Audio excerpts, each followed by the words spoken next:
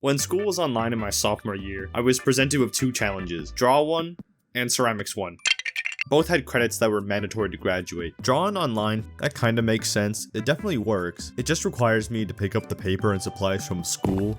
Then I would have to take pictures of my work when I'm done. Ceramics, on the other hand, ceramics was just awful. I had to go back and forth to school multiple times to pick up materials and drop off my pots. And I didn't have access to the slab machine either.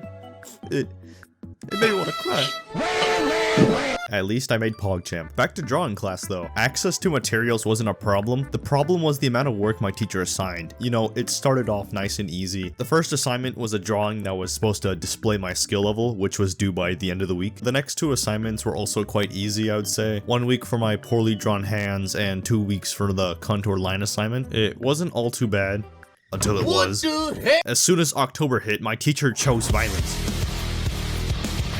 So basically, she started assigning us a different drawing prompt every single class period. It's a challenge called Inktober, which is supposed to help with inking skills and also help reinforce positive drawing habits. You know, that's cool and all, but I swear this month was so stressful I get Winter Soldier flashbacks just thinking about it. Bro, 2 to 3 drawings due every week on top of what we were already doing was kind of overkill. So to stay on top of it, I would do drawings of varying quality. And when I say varying quality, I mean low quality.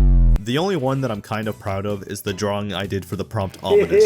The teacher knew I was a bad drawer, so I got away with these and got like 80s or 90s. I can't say the same for my peers though, because my teacher revealed the class average to be 56% at the end of Inktober. That could be because it's the general drawing class, and they probably don't care about turning in work as much. But I doubt that, because the advanced students had a class average of 40%. So I'm just gonna chalk this one up to being the teacher's fault. After that month, I was getting pretty tired of the class, especially since she gave me an 87% on this mug assignment and told me I didn't blend it well enough. Basically, she just told me skill issue.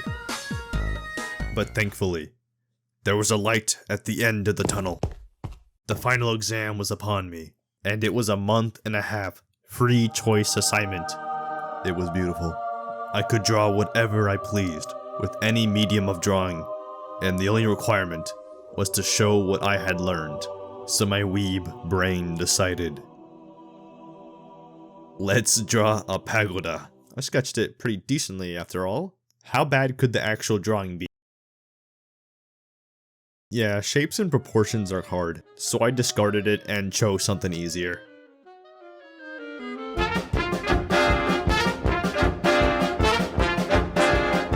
That's pretty easy. So I started drawing. Surprisingly, it started off pretty well. The straw looked pretty good, but the roof was a bit of a problem. I just couldn't get the dimensions correct, and I never did, so I just settled with this. Not bad, but it could be better. Now let's do the other side.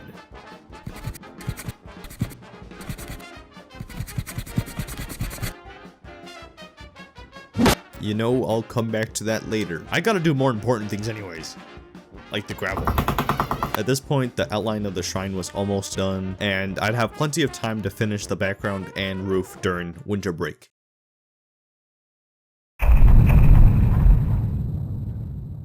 Yeah, I should probably start doing my project now. So little by little, I shaded in all the little spaces, and this is when I reflected on the past and realized I should have just swallowed my pride and drawn an anime character like this person did. Time was ticking, so like any good game dev, I started cutting content to squeak by the deadline, content being 60% of the image. This is primarily because 1, I can't draw the background in the allotted time, and 2, I have absolutely no idea how to draw a tree. I really thought I could do it, my sketches were so good. Instead of drawing the background, I just put the rest of my time into shading the individual parts of the shrine.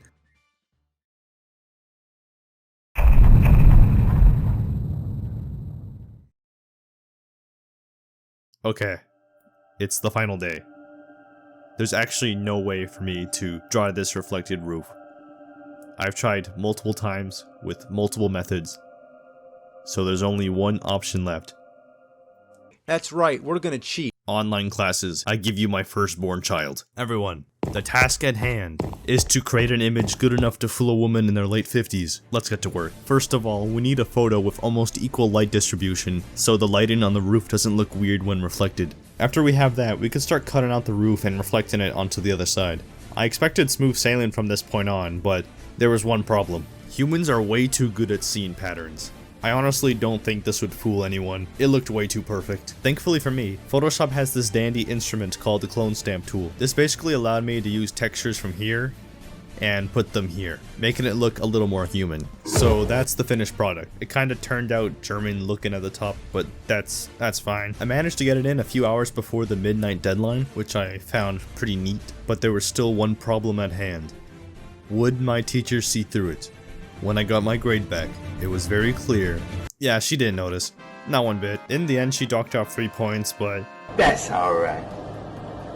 Good night, girl. I'll see you tomorrow.